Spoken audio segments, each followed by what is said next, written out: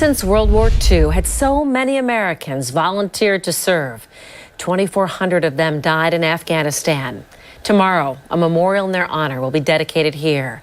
The names of 35 area service members will be engraved on its walls.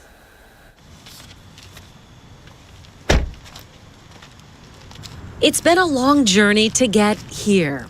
A peaceful place nestled on a hill among pine trees in Highland Park.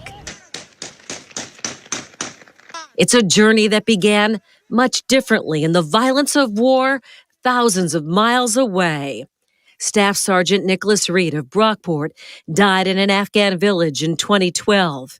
He was 26. He wound up setting off an IED, trying to go ahead and disarm them. Private Matt Glendy was 23 when he lost his life in the Afghan mountains in a hail of Taliban gunfire in 2012. And Jason Hasenauer was 21, his young life ending on an Afghan road in 2005. The end of their journeys is how this one began. Parents grieving for their sons sought a way to honor them. Freedom is not free. We need to remember all these sacrifices, far back and forward. Dan and Rita Hasenauer led the effort to get this War on Terror memorial complete. They're almost there. The name of their son and 34 other area service members who lost their lives in our country's longest war will be forever etched into the cement. Visitors can honor not only what these families lost, but what their sons gave. It will make more people aware of, the sacrifices of people and the people that served as well and the people that did not come back. I think all of these amazing young men and women that volunteered for this before and after 9/11 are all heroes.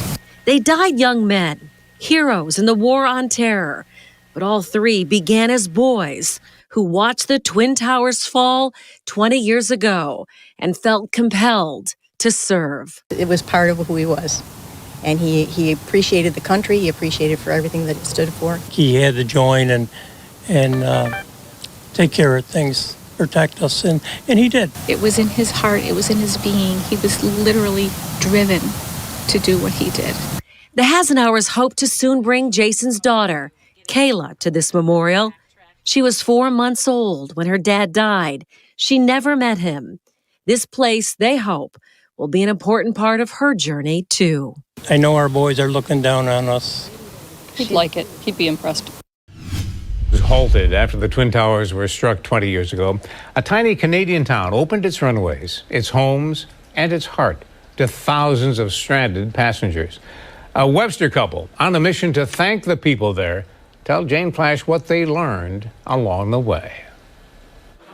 Nearly 7,000 people stranded, doubling the population of tiny Gander, Newfoundland overnight. Those people in Newfoundland took care of those folks for 5 days. It's just an amazing story. Bob Fries and Peggy Schaefer speaking from their RV, now parked in Webster, their own 32-hour, 1,600-mile journey to Newfoundland, inspired by a trip much closer to home. A visit to Broadway for the show about Gander's response on 9/11. Thank you for shopping at Walmart. Would you like to come back to my house for a shower? On the way home from New York City, we said, we've got to go to Newfoundland. We've got to go. And we've got to thank these people. With the help of family and friends, the couple collected chocolate bars, wrapped them with hand-signed thank you notes, and hit the road. The first delivery went to their service when they stopped to eat. The park ranger they met was born on 9/11. People were very touched. It wasn't so much the value of a candy bar as it was to 18 years later say thank you for doing something nice that the human race needed. On that day, teacher Diane Davis cared for stranded travelers at the school where she works. 18 years later, she tracked down the new visitors in town. Actually, she found us and she came to our campground. And she's like, do you want to hear our story? She said, we did what we had to do. We organized, we got together, and we did it. Along the way, simple acts of kindness, goodness, extended to the 9/11 travelers came their way too. This couple invited them into their home. Others shared meals. They gave out 600 chocolate bars and got back this. As we began to understand how much we really do need each other. And we need to be nice to each other. We need to help each other out, because that's what humanness is all about.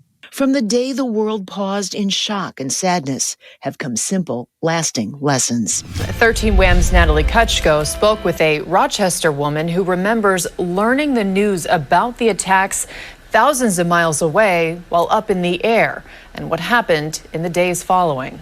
It was supposed to be a simple flight home. Joyce Welkley and her late husband Roy were coming back to Rochester from Germany, where they'd been on vacation, when suddenly they learned the flight would be rerouted.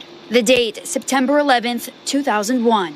We were going to go to Canada, which we did, landed in Halifax, and when we were coming into the airport, we saw probably 30 or 35 large passenger airlines, so we knew something was wrong. It was then they learned of the attacks in New York, Arlington, Virginia, and Pennsylvania. Their pilot had to land in Nova Scotia, and they couldn't leave for days, watching the news in shock. And we were all together, all the people on the plane, and it was just perfect silence until the end, and then everybody just broke down into tears.